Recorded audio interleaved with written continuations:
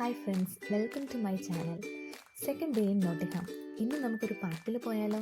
Okay, come with me. Nottingham യൂണിവേഴ്സിറ്റിയുമായിട്ട് close proximity share ചെയ്യുന്നൊരു പാർക്കാണിത്. സോ നമ്മുടെ ടാൻഡം ബൈക്കിന് ഒരുപാട് ഫാൻസായി കേട്ടോ. അവിടുത്തെ മലയാളീസ് തന്നെ എല്ലാവർക്കും ഇഷ്ടപ്പെട്ടു. എല്ലാവരും ഓടിച്ചു നോക്കി. ബൈക്ക് പോകുന്നത് മനുഷ്യട്ടായും ദിവ്യയും കൂടാണ്. പിന്നെ സോ ഈ പാർക്കിനെ പറ്റി പറയുകയാണെങ്കിൽ പാർക്കിൽ ഒരുപാട് ഫെസിലിറ്റീസ് ഉണ്ട്. ഒരു 21 ഏക്കേഴ്സ് കവർ ചെയ്യുന്നൊരു പാർക്കാണിത്. ഒരുപാട് ട്രീസും പ്ലാന്റ്സും അതുപോലെ തന്നെ വാട്ടർ ഫീച്ചേഴ്സും നമുക്കിവിടെ കാണാൻ കഴിയും. ഫെസിലിറ്റീസായിട്ട് പറയുകയാണെങ്കിൽ ബോട്ടിങ്ങും അതുപോലെ തന്നെ പ്ലേ ഏരിയയും കാണാൻ കഴിയും.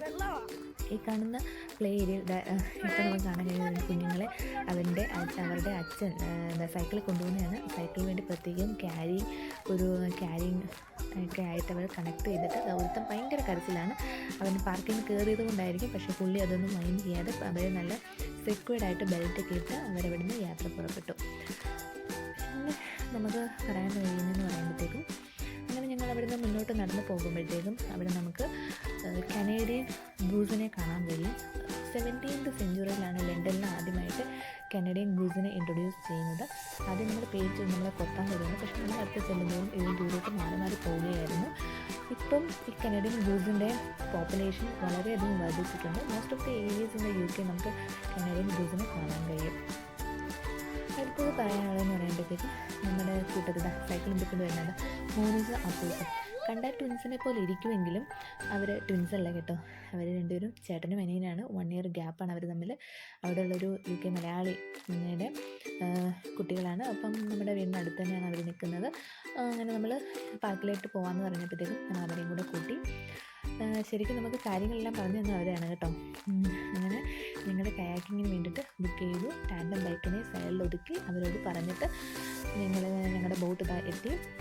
സോ നമ്മൾ ബുക്ക് ചെയ്തതിന് ശേഷം അവരൊരു ഫോം നമുക്ക് തരും. ആ ഫോമിനകത്ത് എത്ര പേരാണ് ബോട്ടിൽ കയറുന്നത് എന്നും അവരുടെ ഏജും പിന്നെ അതുപോലെ തന്നെ എമർജൻസി കോൺടാക്റ്റും നമുക്ക് അവർക്ക് എഴുതി കൊടുക്കണം. നമ്മുടെ ബോട്ടിൽ നിന്ന് നമ്മൾ ഇത്രയും പേരുള്ളതുകൊണ്ട് 1 സിംഗിൾ ബോട്ടായിട്ട് എടുക്കാം. അല്ലെങ്കിൽ ഇതിപ്പോൾ 2 കയാക്കിംഗ് ബോട്ടിനെ ഒരുമിച്ച് കെട്ടി വെച്ചേക്കണം. എന്ന് വെച്ചാൽ ഞങ്ങൾ അത്രയും പേരുള്ളത് കൊണ്ട്. സോ അപ്പൂസ് മോനും റെഡിയായി. പിള്ളേർക്ക് ലൈഫ് ജാക്കറ്റൊക്കെ ഇട്ടിട്ടുണ്ട്. അവന്മാരാണ് ശരിക്കും ബോട്ടിനെ കൺട്രോൾ ചെയ്ത് കേട്ടോ. ശരിക്കും കപ്പലിൻ്റെ കപ്പിത്താന്മാരെന്ന് പറയുന്ന കണക്ക് രണ്ടുപേരും ഫ്രണ്ടിലിരുന്ന് നമ്മളെ ഗൈഡ് ചെയ്തു. ആദ്യം ഭയങ്കര അടിയായിരുന്നു. സോ ഇതിൻ്റെ സർവീസ് നമുക്ക് പ്രൊവൈഡ് ചെയ്യുന്ന 1 hour ആണ്. സോ 1 hour നമുക്ക് തോന്നി ഒരുപാട് നേരം ഉണ്ടല്ലോ എന്ന്. പക്ഷേ ഓടിച്ചു തുടങ്ങിയപ്പോഴാണ് ശരിക്കും ഇതിൻ്റെ ബുദ്ധിമുട്ട് മനസ്സിലാക്കിയത്. മിക്കവാറും 1 hour നമ്മൾ അവിടെ തന്നെ ചുറ്റിക്കറങ്ങേണ്ടി വരുന്നത്. വലത്തോട്ട് തിരിക്കുമ്പോൾ ഇടത്തോട്ട് പോകും, ഇടത്തോട്ട് തിരിക്കുമ്പോൾ വലത്തോട്ട് പോകും. അവിടെ ഇവിടെ ചെന്ന് മുട്ടി തട്ടി ഒരു പിടുത്തവും കിട്ടുന്നില്ല. അങ്ങനെ കുറച്ച് ഓടിച്ചു കഴിഞ്ഞപ്പോഴാണ് നമുക്ക് അതിൻ്റെ ട്രിക്ക് മനസ്സിലായത്. റൈറ്റ് സൈഡിലേക്ക് പോകണമെങ്കിൽ ലെഫ്റ്റ് സൈഡിലുള്ളവർ തുഴയും, ലെഫ്റ്റ് സൈഡിലേക്ക് പോകണമെങ്കിൽ റൈറ്റ് സൈഡിലുള്ളവർ തുഴയും ചെയ്യണമെന്ന് മനസ്സിലായി. അങ്ങനെ ടെക്നിക്ക് പിടികിട്ടിയപ്പോഴത്തേക്കും നമ്മൾ കുറച്ച് സ്പീഡൊക്കെ നമ്മൾ ലേക്കിൻ്റെ അങ്ങേയറ്റം വരെ എത്തി. ഇതിൽ 2 ബ്രിഡ്ജ് ഇതിൻ്റെ അണ്ടറിലൂടെ പോകുന്നുണ്ട് ലേക്കിന്. സോ കിട്ടിച്ചേട്ടൻ വഴിക്ക് വെച്ചിട്ട് നമ്മുടെ ബോട്ടിൽ നിന്ന് പുറത്തിറങ്ങി ബ്രിഡ്ജിൻ്റെ നമ്മൾ കയറി ഒരു ചെറിയ വീഡിയോ ഒക്കെ നമ്മളുടെ എടുത്തു. ഒരുപാട് ചിരിച്ച് ഒരുപാട് എന്താ പറയുക, ഒരു നല്ല സമ്മർ ടൈമിൽ നമുക്ക് എൻജോയ് ചെയ്യാൻ പറ്റുന്ന ഒരു നല്ല ഏരിയയാണ്, നല്ല പാർക്കാണ്. ശരിക്കും വെയിലുണ്ടായിരുന്നു, എന്നാൽ ചെറിയ തണുപ്പും കാറ്റും ഒക്കെ ഉണ്ടായിരുന്നെങ്കിലും നമ്മൾ ഒരുപാട് ചിരിച്ച് എൻജോയ് ചെയ്തു. അങ്ങനെ സോ നമ്മുടെ 1 hourലെ ഒരു 15 minute കൂടെ ഉള്ളൂ ഇനി റിമൈനിങ്. അപ്പോൾ സ്പീഡൊക്കെ നമ്മൾ ഇച്ചിരി കൂട്ടി വേഗം കരയ്ക്ക് അടുപ്പിച്ചിട്ട് തിരിച്ചെന്ന് ബോട്ടിൽ കയറ്റാൻ വേണ്ടി ശ്രമിച്ചു.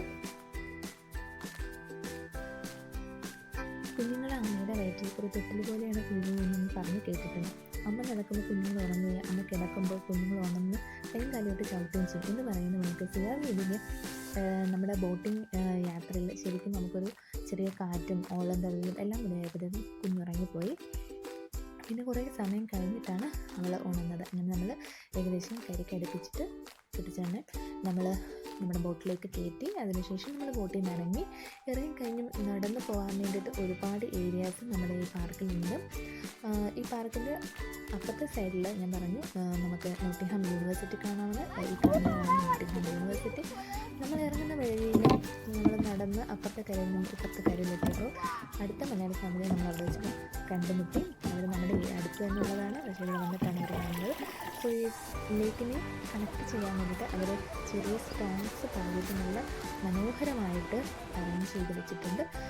അങ്ങനെ നമ്മളുടെ ഇന്നത്തെ ഒരു വെയിലൊക്കെ മങ്ങാറായി ഇന്നത്തെ യാത്ര നമ്മൾ അവസാനിപ്പിക്കാൻ പോവുകയാണ്.